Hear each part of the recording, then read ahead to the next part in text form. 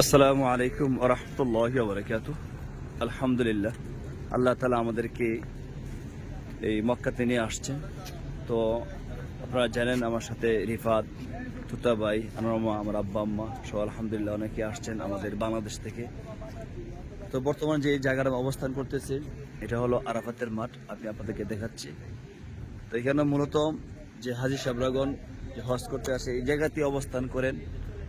আর আমরা এখন সামনে যাব জাবালে রহমত, যে হুজুর পাক সাল্লাল্লাহু আলাইহি সাল্লাম যে জায়গার মধ্যে বিদায় হয়েছে ভাষণ দিয়েছিলেন সেই জায়গার মধ্যে ইনশাআল্লাহ আমরা এখন যাব। আরাফার মাঠে আমরা আসছি, জাবালে রহমত ইনশাআল্লাহ উঠবো। এখন আমরা জাবালে রহমতে উঠবো, আপনারা আমাদের সাথে থাকুন। আসেন আসেন, এই বাত কই তুতা ভাই আমার সামনে আসেন আসেন আসেন আসেন, ফানি হাতে লেখেন, তুতা ভাই আসেন।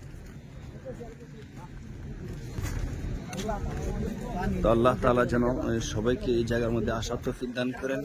আমরা সবার জন্য খাস করে দোয়া করতেছি, যারা সবসময় দোয়া চাচ্ছেন সবার জন্য দোয়া করতেছি। আর আল্লাহ তাআলা যাদেরকে দুনিয়া থেকে নিয়ে গেছেন আল্লাহ সুবহানাহু ওয়া তাআলা যেন সবাইকে জান্নাতুল ফেরদৌস দান করেন।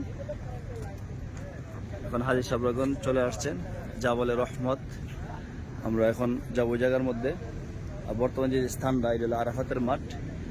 এখানেই যে বড় হজের সময় সম্মানিত হাজী সাহেবগণ এই জায়গার অবস্থান করেন। আর এই মাঠটা কিন্তু অনেক বড়, এখানে হাজার হাজার হাজী সাহেবগণ চলে আসছেন। আসলে ইসলামের যে প্রত্যেকটা যে বিষয় বা শুনলে দেখলে আলহামদুলিল্লাহ দিলের মধ্যে আলাদা একটা শান্তি আসে। রিফাত আসেন আসেন আসেন, আস্তে আস্তে, এই রাস্তা দেখলে সবচেয়ে ভালো লাগবে। অনেকেই আলহামদুলিল্লাহ বিভিন্ন জায়গা থেকে দোয়া চেয়েছেন, আমরা সমস্ত হাজী সাহেবদেরকে বলতেছি সবাই দোয়া করার জন্য। আলহামদুলিল্লাহ দোয়া করতেছেন। আসলে সবচেয়ে বেশি হলো আমরা প্রত্যেকেই নিয়ত করব আল্লাহ তাআলার কাছে, নিয়ত অনুযায়ী দোয়া করব, চেষ্টা করব।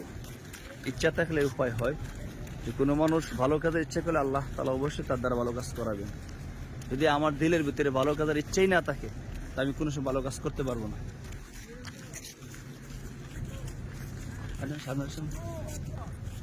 তো আপনাদেরকে পাশাপাশি দেখাবার জন্য চেষ্টা করতেছি।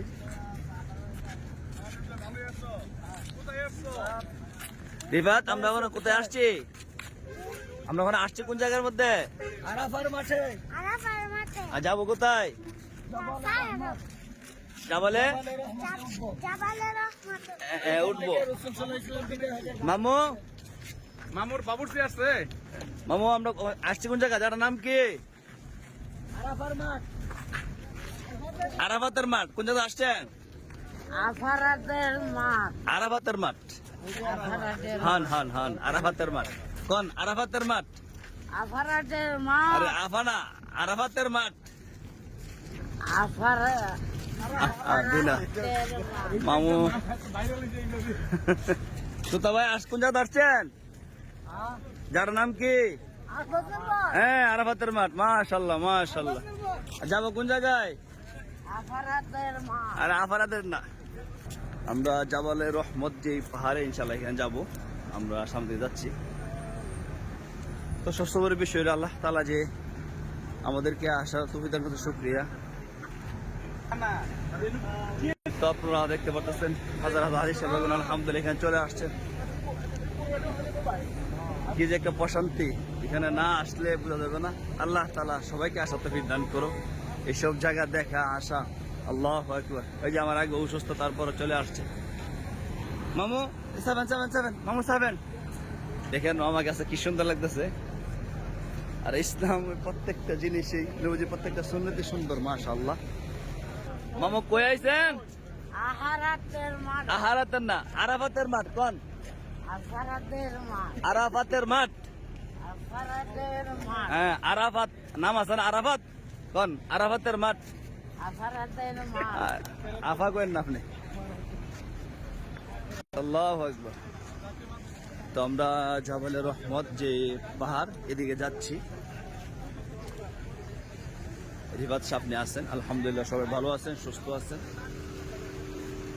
আল্লাহু আকবার, আল্লাহু আকবার। জাবাল রহমত পাহাড় আরো সামনে, আর সামনে যেতে হবে। এই পুরা মাঠে আলহামদুলিল্লাহ। জি জি ভাই, আসসালামু আলাইকুম।